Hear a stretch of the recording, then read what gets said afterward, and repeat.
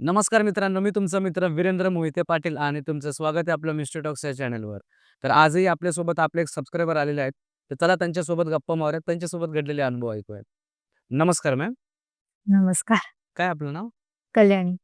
कुठे राहता मॅम तुम्ही आता? मी नवी मुंबई पनवेल, ओके आणि मूळ गाव कुठलं तुमचं? जळगाव. ओके. काय-काय, कसे-कसे तुमच्याबरोबर अनुभव घडले होते आणि त्याची सुरुवात कशी झाली होती? ओके. तर मित्रांनो, मॅमचा व्हिडिओ तर आपण पाहणारच आहोत. त्याच्यापेक्षा एक महत्त्वाची गोष्ट म्हणजे आपल्या व्हिडिओवर जे लोक कमेंट करतात, म्हणजे तुम्ही सबस्क्रायबर. तुम्ही सबस्क्रायबर नसून तुम्ही आपलं कुटुंब आहात. म्हणून तुमच्यासमोर एक महत्त्वाची गोष्ट मांडायची आहे. ती म्हणजे भरपूर लोकांनी मागच्या 2-3 व्हिडिओमध्ये कमेंट केले होते, की व्हिडिओ चांगले नाहीयेत, या व्हिडिओमध्ये मजा नाहीये आणि हा व्हिडिओ असाच आहे, तसाच आहे. खूप लोकांनी त्याच्यावर कमेंटही केलेल्या आहेत. त्याच्यामागचं कारण असं, की आपल्या व्हिडिओवर जी काही लोकं येतात किंवा आपल्या पॉडकास्टवर जी काही लोकं येतात, ती खूप लांबून येतात. नाशिक, अकोला, मुंबई आणि ह्या साईडला कर्नाटकवरूनही भरपूर लोकं येतात. तर ती लोकं आल्यानंतर खूप लोकांना कॅमेराचा सेटअप बघून, लाईटचा सेटअप बघून त्यांना बोलायला पॉसिबल होत नाही. त्यांच्या स्टोऱ्या असतात खूप चांगल्या, पण काही लोकांना त्या बोलता येत नाही किंवा त्यांना त्या गोष्टीचं स्पष्टीकरण देता येत नाही. तर तर तुम्ही त्या लोकांना अशा कमेंट करू नका. कारण की तुम्ही आपले कुटुंब आहात. तर तुम्ही त्या गोष्टी समजून घ्या, की प्रत्येक लोकांना ह्या गोष्टी बोलायला पॉसिबल नाहीये. कारण की आपल्या इकडे जी लोकं येतात, ती काय हाडामासाचे कोण ॲक्टर नाहीयेत किंवा अभिनेता नाहीयेत. तर त्याच्यामुळं आपण त्यांना कुठल्याही प्रकारची तयारी करून देत नाही. जसे येतात आपण तसंच सगळ्या गोष्टी तुमच्यापर्यंत मांडू. तर ह्या गोष्टी प्लीज तुम्ही समजून घ्या. तर आता चला मॅडम काय बोलतायत ते आपण ऐकूयात. 2018 मध्ये मी आपलं नेवासा साईडकडे ना जॉबला होती. एक संस्था होती. तिथे स्कूल होती ती एक. हॉस्टेल वगैरे सगळं होतं तिथं. त्यांचे कॅन्टीन्स वगैरे आणि त्या बाहेर जाण्यासाठी पास लागायचा. नेवासा म्हणजे छत्रपती संभाजीनगरमध्ये का? हो. बरं. तर मग सगळं आतच होतं त्यांचं. तर मग पहिल्यांदा काय झालं मला 3-4च दिवस झाले तिथे जॉइन होऊन. तर आमचं 4थ्या फ्लोअरला आमचं रूम्स होती. सगळ्या मुली होत्या तिथे आणि असं ठरलं होतं आमचं 3 मॅडम होतो ना आणि माझ्या बाजूला जो रूम होता त्यांच्याकडे ना खूप लहान मुली होत्या म्हणजे पहिलीत असतील त्या. तर त्यांची अंघोळ करण्यासाठी ना 2 लेडीज यायच्या सकाळी 6:00ला. तर आमचं ठरलं होतं की 3 दिवस मी खालचं लॉक ओपन करेल. मग 3 दिवस त्या मॅडम आणि 3 दिवस त्या दुसऱ्या मॅडम. तर मला 3-4च दिवस झाले जॉइन होऊन. तर मला ना रात्री असं आवाज येत होते, 3 वाजले होते, की "कल्याणी गेट उघड, आम्ही आलोय, लेट होतंय, तुझ्यामुळे लेट होतंय." असं तसं त्यांचं म्हणजे चालली होती बडबड. मग मी तशीच घाईत उठली आणि एका 9वीच्या मुलीला उठवलं. म्हटलं, "चल खाली लॉक ओपन करायला जायचंय." घेऊन गेले मी आणि गेट उघडलं तर गेटच्या बाहेर ना ते अ, वॉचमन असतात ना, ते राउंड मारत असतात. तर मग ते बोलले, "मॅडम काय?" म्हटलं, "6 वाजले ना." "बघा तुम्ही किती वाजले मोबाईलमध्ये." मी बघते तर 3 वाजून 5 मिनिटं झाली होती. मग मी एकदम शांत झाले. म्हटलं, "आता काय बोलायचं?" ते मग मी त्यांना सांगितलं, की मला आवाज येत होते, की माझ्या नावाने, की गेट ओपन करा असं. मग त्यांनी मला असं दाखवलं नाही, की म्हणजे त्यांच्याकडे बघून मला असं वाटलं, की हे असं नेहमी होत असेल. तर त्यांनी मग ते बोलले, की "ओके, ओके, होतं असं. तुम्ही जा लवकर वरती." मग मी ते जाऊ दिलं. म्हटलं, झाला असेल कदाचित भास आपल्याला, नवीन जागा आहे तर मी ते जाऊ दिलं. मग त्यानंतर ना काही दिवसांनी परत म्हणजे त्यांचं कसं असतं 5:00ला त्यांचं स्कूल सुटलं का ते थोडं फ्रेश वगैरे होता मग त्यांचं जेवण वगैरे मग त्यानंतर ना त्यांचा 8चा टायमिंग राहायचा की होमवर्क करायचं असतं ना तर तो स्कूलला. तर मला त्यांना तिथे जवळच होतं ते 300 मीटरवर असेल काहीतरी. तर मग त्यांना तिथं मला सोडायला जावं लागायचं. त्यांना सोडलं मी आणि मी रिटर्न हॉस्टेलकडे येत होती. तर असं समोर 100 मीटरवर ते हॉस्टेल होती आणि मी चालते. माझं लक्ष माझ्या मोबाईलमध्ये खाली मी बघते आणि अचानक अशी नजर माझी वर झाली. तर ते जिना होता ना, तर तिथे म्हणजे आपल्या कमरेच्या हाईट एवढं कोणीतरी होतं. एकदम ब्लॅक सावली होती आणि ते मला लपून बघतंय तिथून. हे मी बघितलं. माझं लक्ष गेलं आणि माझं लक्ष जाताच ते जिन्याच्या आड गेलं. लपलं ते. चेहऱ्यावर दिसलं का तुम्हाला? म्हणजे हाईटला काहीतरी कमी होतं ना, असं डोळ्यासारखं रेड दिसत होतं. पण मी पाहिलं ते. माझं लक्ष गेलं ना आणि असं प्राणी नाहीच होता. रिझन माझं लक्ष जाताच ते अ, आत गेलं ते. म्हणजे ते असं लपलं ते. मग मला ते जास्त भीती वाटली, की डाऊट गेला. पण मला रिटर्न मागे जायचंच नव्हतं ना. मी काय करणार? मग म्हटलं आता मग मी डायरेक्ट देवाचं नाव घेत ना, तिथपर्यंत पळतच येईल, की कोण आहे? आणि जेव्हा मी गेले ना आणि परत तिकडे थोडी मोकळी जागा होती असं तिथे मी पाहिलं, तिथे पण कोण नाही. मग जीव घाबरला. मग तशीच जिना चढत वरती गेली ना 4थ्या फ्लोअरला.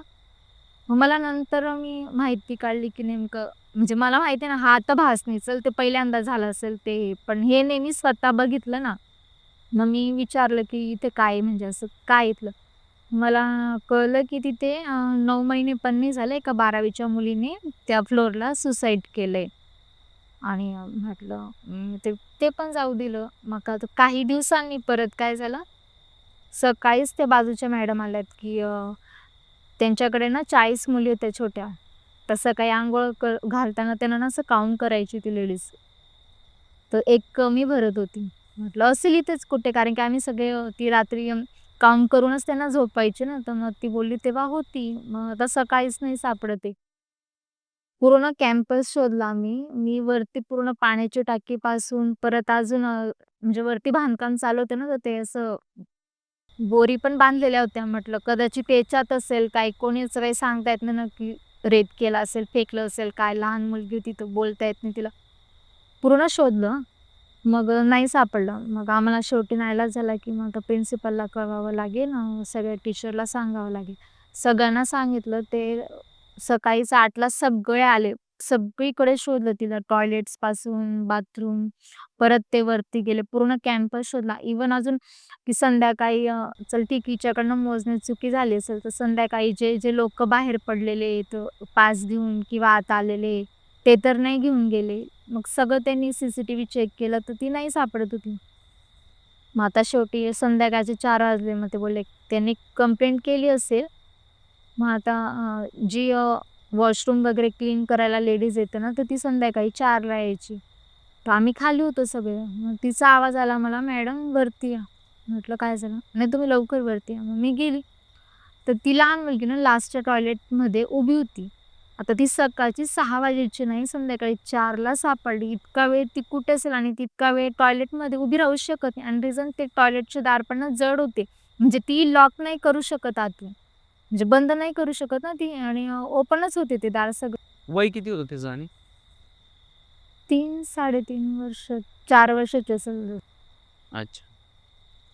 ते आणि त्यांची आदिवासी लँग्वेज असल्यामुळे ते तिला बोलता पण येत नव्हतं. तिला विचारायचं तर आम्ही खूप प्रयत्न केला. परत त्या मॅडमला येत होती, तर ती ती काहीच सांगत नव्हती, की ती इतका वेळ कुठे होती का? ते काही समजत नव्हतं तिचं ते. मग ते पण जाऊ दिलं आम्ही. आणि एक वेळेस रात्री अचानक असं माझा बेड ना असं दाराजवळ होता. पुढं झालं काय मग? ती भेटल्यानंतर मग पुढं झालं काय? की ते तुमचं बोलणं वगैरे तर झालंच नाही, कळतच नव्हतं ना तिला. मग त्याच्यानंतर काय झालं? तिला भूक वगैरे लागली होती? कारण की ती सकाळपासून थांबली होती ना.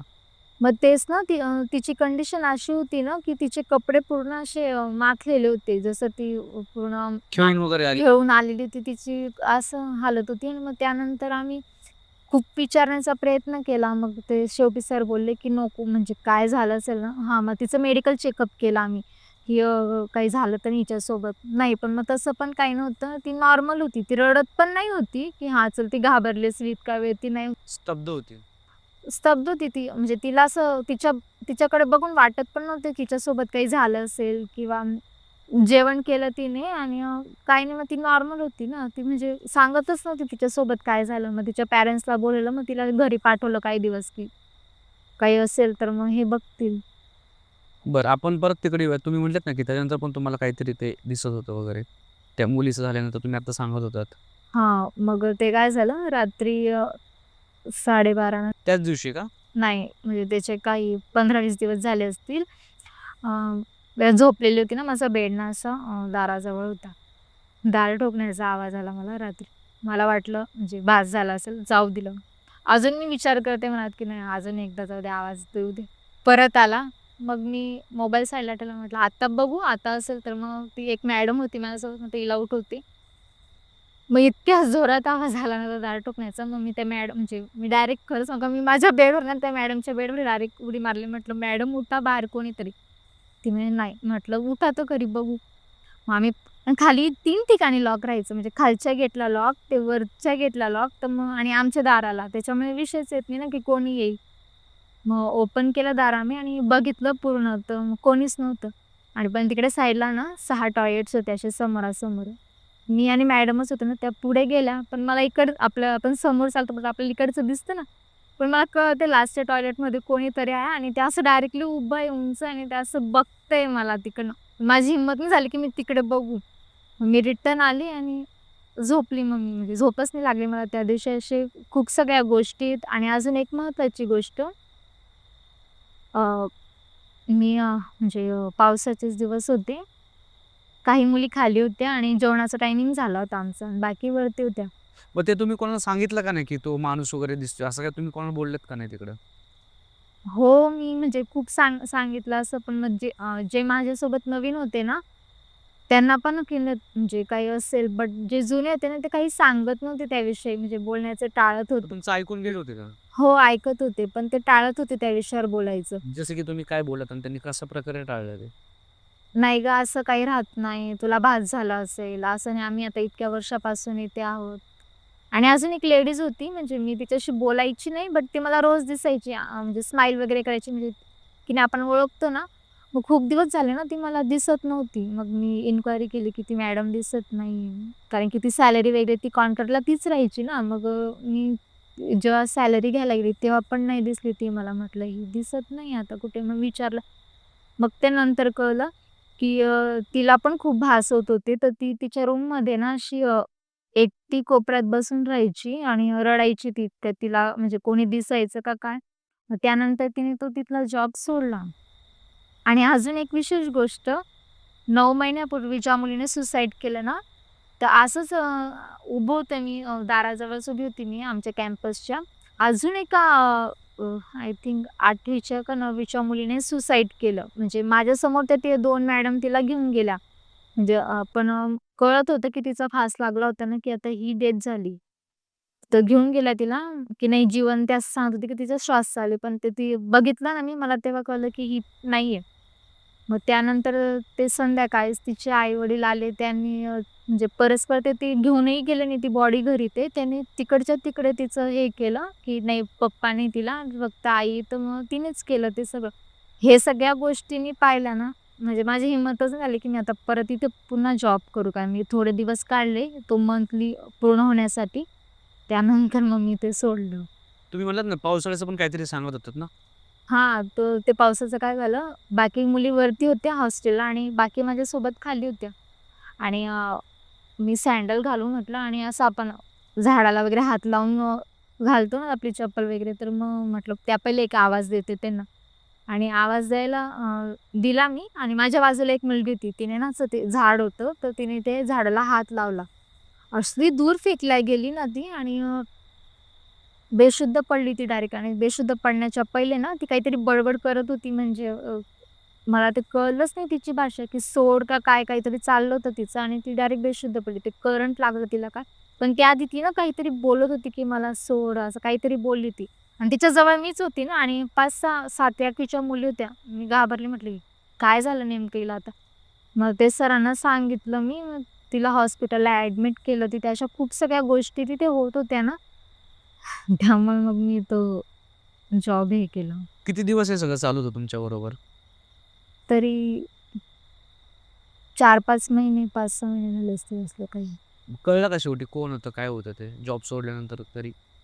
नाही म्हणजे माझ्यासोबतच नाही, पण मी असं जे ऑब्झर्व्ह करत होती ना तिथे, की आता अ, अ, तिथे म्हणजे 2 कर्मचारी होते. त्यांचं लहान पोरगं होता एक.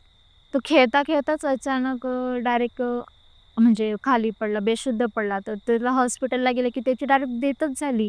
म्हणजे अशा खूप सगळ्या गोष्टी होत्या, की माझ्यासोबतच नाही, पण मी असं तिथे बघायची ना, की म्हणजे मला ते नॉर्मल नाही वाटत होतं तिथलं काही असं खूप म्हणजे निगेटिव्ह वाटायचं खूप. निगेटिव्ह एनर्जीसारखं मला ते भासत होतं तिथे नेहमी.